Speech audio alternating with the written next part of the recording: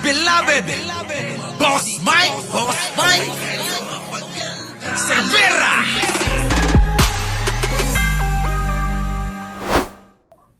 So, ano ba nangyari ng Webes? Ba't tayo wala naging pagdinig, Sen? Nagkaroon nga ng security threat nga raw ang Senado eh. Ganon. O parang naging garrison ng Hapon ng Senado. Paano tayo? Puro barbed wire Hindi raw po tayo pwedeng papasukin doon. May mga Ayun! Ganun pala mga kababayan. Dapat pala may sesyon ang grupo ni Cayetano at itong subcommittee ni Marcoleta o subcommittee ng Blue Ribbon na ang Blue Ribbon Committee Chairman kasi si Pia Cayetano. Ngayon mga kababayan, nagkaroon ng subcommittee na mag-iimbestiga lang patungkol sa flood control scam project issue kineme. At ang mangunguna ay si Marcoleta. Pinaikot lang nila mga kababayan. Oo. Nagkunwa-kunwarian pa, mabibisto rin naman na ginagago lang tayo. So ngayon, hindi natuloy yung nung Friday. Oo, nung Friday kasi nga, 'di ba, nagbanta rin si Erwin Tulfo na kakalad ka rin sila kahit pa sila'y matanda, kahit na makunat na daw yung muka. At kahit daw dati kang speaker, dati kang Senate President, wala daw siyang pakialam, basta kakalad ka rin daw. Yan po yung sinabi ni Erwin Tulfo, di ba? Pero humingi rin kalaunan ng dispensa sa mga pinagsasabi niya. Pero anyways, sabi nga nila, ang nasabi na. Di ba? Ngayon, mga kababayan, nagrereklamo ito hong si Senator Marcoleta dahil daw mga kababayan hindi daw natuloy yung kanilang hearing noong Huwebes. Di ba may bingador tayo nun? Nung Huwebes daw yun. Alamin natin kung bakit. Pasok! Bago yung special session, ano ba nangyari ng Webes? Ba't tayo wala naging pagdinig, Sen? Nagkaroon nga ng security threat nga raw ang Senado eh. Si parang dyan naman. Si parang dyan parang inaasar pa si Marcoleta, no? Sabi niya, ano ba nangyari, Senator? Bakit hindi na tuloy ang session dyan sa Senado? Nagkaroon nga daw ng security threat ang Senado. Kaya parang Marcoleta, parang nangyari? Wala naging pagdinig, Sen. Nagkaroon nga ng security threat nga raw ang Senado eh. Ganon. O parang naging garrison ng Hapon ng Senado. Paano tayo? Puro barbed wire Hindi raw po tayo pwedeng Puro daw barbed wire Puro barbed wire daw mga kababayan. Ang Senado, sabi ni Marcoleta tsaka ni parang Jen, natatawa tuloy itong dalawa Sa totoo lang, kulang na lang pagtawanan siya. Nako. Sige, bakit? Pasugid doon, may mga barbed wire. Opo. Talaga namang maghihiring sana kami noon. Opo. Paano ka pupunta doon? Sabi ko nga sa'yo, wala namang sinabi sa amin. Yung bang intel halimbawa, kasama naman kami. Halimbawa, yung faction ni Senator Alan, 12 naman kami dito. Opo. Wait lang anong 12 naman kami dito? Hindi kayo 12, 10 lang kayo. Ito naman si Marcoleta. Huwag mo nang isama yung nakakulong at saka yung nagtatago. Di ba Teresita Tan, Delia Rosario, Maria Inoue, Adictus Rex, Ai Chang, Dean, galit itsura ni Marcoleta. Correct. Di ba, Paymura? 12 daw sila. 12 din daw ang kampo ni Sherwin Gatchalian. O sige, sa pagpalagay nating 12. Pero, dumadalo ba yung dalawa? Lahat nga kayo, hindi na kayo dumadalo ang dumadalo lang yung 12 na kampo ni Win Gatchalian Kayo wala Gusto nyo mag-session kasi, gusto nyo ipagpilitan na kayo pa rin ang majority. Kaso nga hindi na kayo ang majority. 'Di ba? Napalitan na kayo ng majority. ang majority ngayon kinikilala ng Kongreso, ng executive, wala nang iba kundi yung grupo na ni Gatchalian. So itchapwera na kayo. Wag nyo nang ipagpilitan yung mga gusto nyo na kayo kailangan mag-hearing-hearing din. Magpasakop na kayo sa kampo ng mga ni Gatchalian, ganun, para magtuloy-tuloy na. Hindi po pwede yung ginagawa nyo na akala nyo naman, hindi namin alam na gusto nyo lang talagang hadlangan itong impeachment trial ni Sara Duterte. Bistado na kayo, hindi papayag ang tao. Dahil ang mga tao ay magwawala sa labas ng Senado kung inyong aantalain lagi. Itong kapanabik-nabik. Kapanabik-nabik. Ano ba 'yon? Kapanabik, nakakapanabik. Yan. 'Di ba? Itong nakakapanabik na impeachment trial na gagawin ho dyan sa Senado. Yung po yung inaantay ng tao. Pagka yung mga nanabik na yan, parang binitin mo, kapanapanabik, yan na. Di ba, no? Kapanapanabik naman talaga, di ba? Kapag kaya binitin mo, parang binitin mo yung malapit na Di ba? Parang binitin ba ni Marcoleta, itong grupo nila Marcoleta, yung malapit na nga tas bigla mong, di ba, inuyos? Baka gusto mong maghurumentado. Di ba? Wala. Hindi na pa pwede ang gusto nyong mangyari. Yung faction naman ni Senator Win, 12 din sila.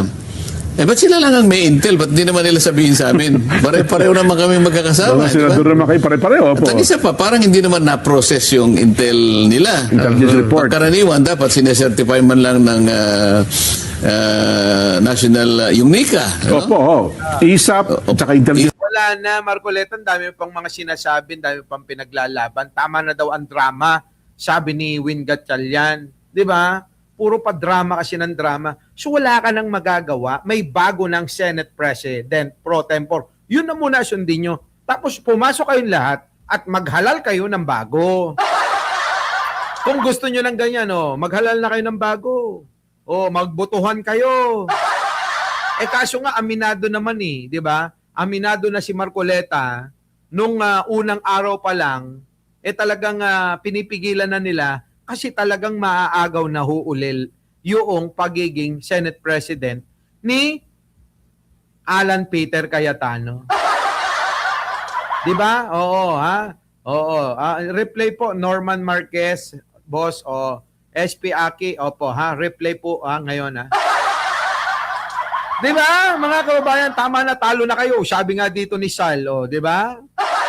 Wala na nga live po. Replay nga Replay. Di ba, mga kababayan, Grabe. Susan Larson, nako, grabe. Umpisa na ang impeachment trial, Marcoleta, para magkaalamanan na. Tama na ang drama nyo. Wala nang mangyayari dyan. Di ba? Kaya nga mga kababayan, ngayon, marami na ngayong mga nagagalit. Pati yung mga pare, mga kababayan, ang tawag na ngayon dyan, meron daw mga nagpapanggap na mga makadiyos pero mga demonyo daw. Nananawagan sa mga kung sino man yung mga na may alam sa pagpapalayas ng mga demonyo, parang exorcist, mga kababayan, inaanyayahan. Antonio Paulin, replay po pala, eto na. Meron po ang Senado ng mga idolo Nako. at ng mga demonyo Nako. ng pagsamba sa Diyos-Diyosan, Nako. ganid, pagsisinungaling, kataksilan, at pagkukunsyabahan. Nako, yan ang mga kababayan ko. Nagalit na ho. Nagalit na. Crisanto Dionisio, nagalit na. Ruth Obadesa. Lina si Mariano. Oo, nandyan na rin. Nako, Big Gatos. Ka-vibes. Nagalit na ho. Itong si Father Robert. Catherine Digia. Punong-puno po ng demonyo ang Senado. Kapag punong-puno ng demonyo ang isang lugar, nananawagan ako sa lahat ng exorcist sa simbahang Katoliko. Marami po. This is now an official ministry in the Catholic Church. Meron bang exorcist sa Aglipay, Bishop?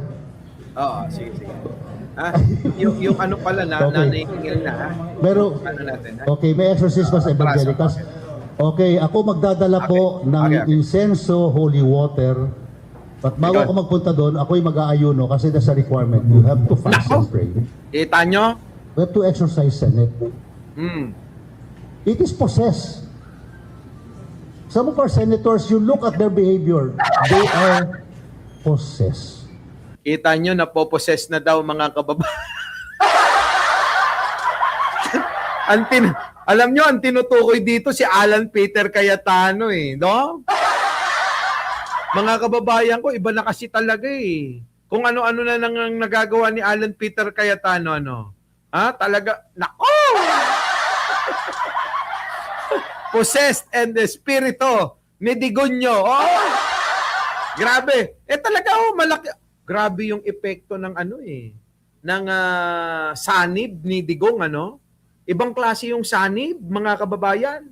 Alam mo, kahit matalino ka, nagiging bobo ka Yaan po ang Hernandez Pagadora, 'di ba? Villarama, Taalish Villarama.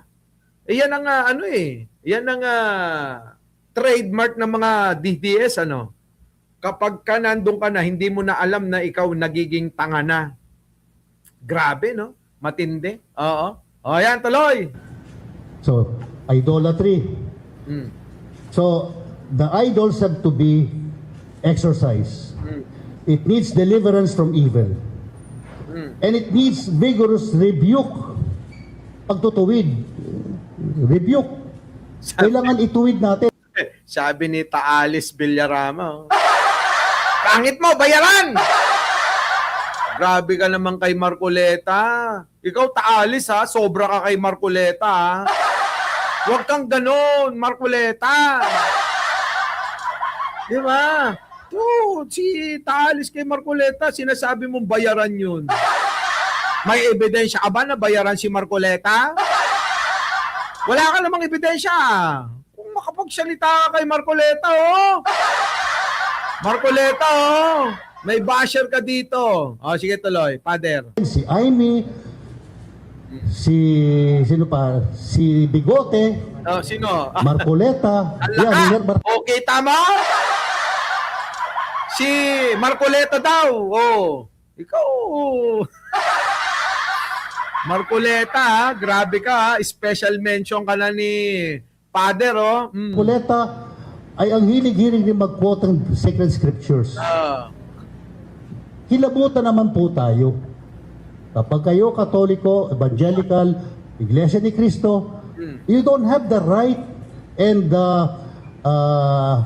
the privilege of just flipping over pages of the scriptures, using it to defend your indefensible position. Humility is the number one requirement for anyone who wants to use the Word of God. Not to defend yourself, but to defend the truth and to defend the defenseless. So, deliverance and rebuke. Pero alam nyo kasi mga kababayan, totoo Huwag na sana natin gamitin yung mga verse ng Bible, yung mga Bible verse na ginagamit ni Cayetano tsaka ni Villanueva kasi nakakadiri, 'di ba? Yung mga tao na mga magnanakaw, yung mga inaakusahan ng pagnanakaw, 'di ba? Tapos gagamitin mo yung verse ng Bible verse para sa masabi ka lang na maka-Diyos? Di ba? Ang problema nakikita na nga ng tao yan, hindi na umobra. Maaari siguro na meron kayong mga nauuto, pero hindi lahat. Hindi lahat. Di ba mga kababayan? Siguro kung yung Bible ni Derek Freddy, pwede. Mga kababayan kayo, unawain nyo naman. Tignan nyo nasa session, magdadasal, hawak kamay. Siya ka naman nakakita nung may nakaluhod tapos nakahawak kang kamay na nag-iisa kang ganun. Nag-iisa ka, nakahawak kamay ka sa mga kasama mo, tapos nakaluhod ka. Biruin mo, pinahirapan mo pa yung mga kasama mo. Para masabi lang, Para masabi lang na ikaw ay banal? Banal ka? Masabi mo na, banal ako kaya hindi ko magagawa ang lahat ng mga sinasabi nyo. Banal ako, hindi ako makagagawa ng katarantaduhan? Ganun ba yon? Oy, teka, may lumalabas nga na issue, ha? Sino to? Si Cayetano daw merong, may mga, papa. Uy, mama! Mama, papa! Mama, papa! Matagal na daw yun, mga kababayan, ha? Meron ho ako nababasang chismis sa social media na meron daw isang abogado daw na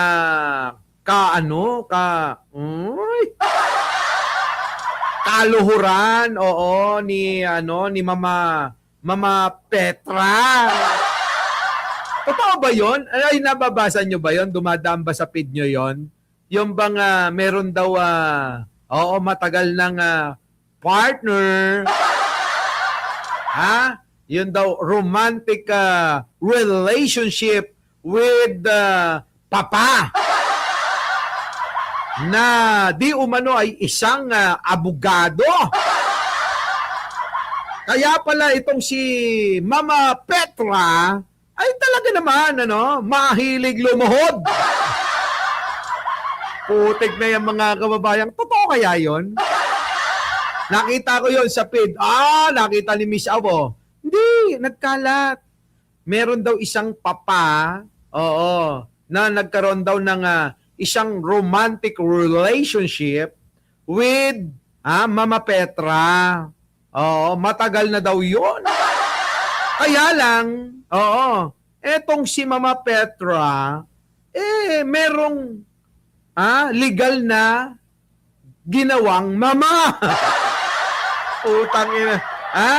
Etong si Mama Petra ay may legal daw na ginawang mama. So paano yun, di ba?